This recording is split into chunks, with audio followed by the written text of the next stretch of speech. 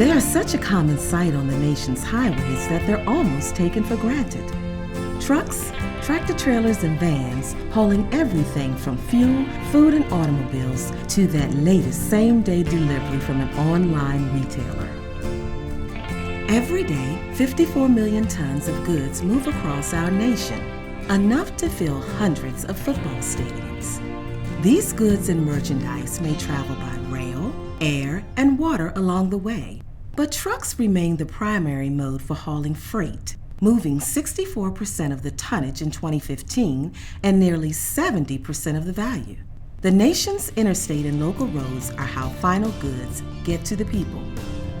The economy depends on our transportation system to keep citizens employed, communities healthy, and the nation competitive on a global scale. Our transportation infrastructure matters more than many people realize.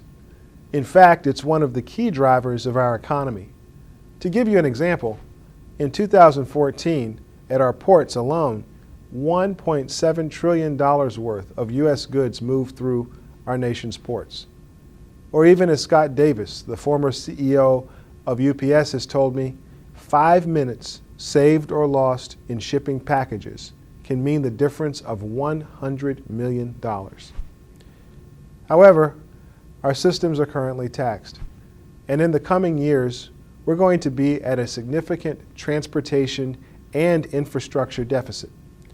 In the department's recent Beyond Traffic report, we found that we're going to have 70 million more people in our country over the next 30 years. We are expecting 45% growth in overall freight volume, and we'll see truck freight increases by 65%.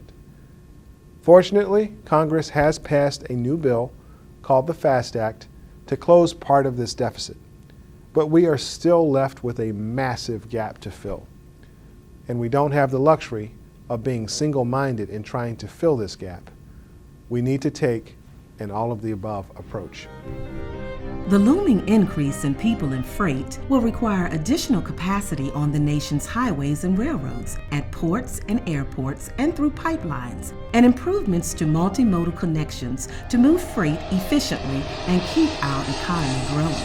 30 years isn't a long time in our business. When you consider it took about that time, maybe a little longer, to build the entire interstate system that transformed the country. And certainly preparing for that investment is something we need to do today. Waiting 5 years from now or 10 years from now to get serious about investment levels that the country needs if we're going to compete effectively in the future is too late, way too late. We're already behind the 8 ball. We face other challenges as well. There is a severe shortage of trained truck drivers. There is a shortage of overnight parking spots for long-haul drivers and a lack of access to real-time parking information along the nation's freight corridors. These inadequacies make it difficult for truck drivers to safely deliver goods in a timely manner. There are traffic bottlenecks in some regions of the country that slow down deliveries and add to congestion woes. There's an uncertain long-term funding outlook and a backlog of projects to make needed improvements and upgrades.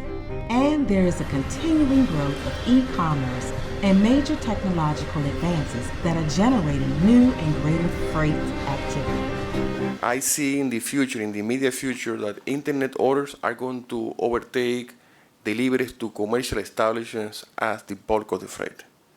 And that is a major issue for cities because, again, we're talking about when we order stuff on the internet, we want to get it very quick. And that prevents the carrier from basically achieving high level of consolidation of the cargoes because quick goes against sustainability. I live in a building in Brooklyn with a bunch of millennials. And just one thing I've noticed is they get packages every single day, which I never do. But Amazon, I mean, so there is a real generational shift, and it's funny. I spoke about it in another forum, and I was saying Fresh Direct is bringing everyone's groceries, and the Fresh Direct guy came and complained to me afterwards and said, "We're doing it on bikes." And then I went out the next day and looked on my corner, and there was the Fresh Direct truck, and I'm like, well, I'm not always doing it on bikes, but it is very much trickling down to the local level in a way that's probably both exciting but presenting big challenges. With the encouragement of Secretary Fox, Administrator Nadeau of the Federal Highway Administration this year convened 24 roundtables across the country. These wide-ranging sessions brought together key players from the transportation industry, state and local governments, business interests, and regulators to discuss the state of the freight economy and solutions for confronting the many challenges we face. What we're out here doing is engaging with our stakeholders to gather input with respect to the development of a national freight strategy that Congress directed the Secretary to develop, and basically trying to engage state and local transportation leaders with business leaders to talk about the critical investments that are needed in communities across America. The Federal Highway Administration is working closely with state departments of transportation to incorporate the lessons learned from the roundtables as each state develops its own freight plan, with the input of local government, business, and transportation stakeholders.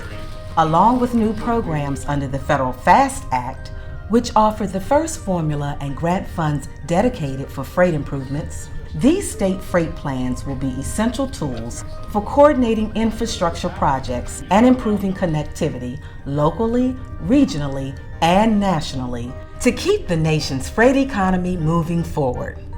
So the 70 million people that will populate this country in addition to those we have today, what that will present in the way of economic opportunity is staggering for the entire country, but not if the infrastructure of America is not prepared to accommodate.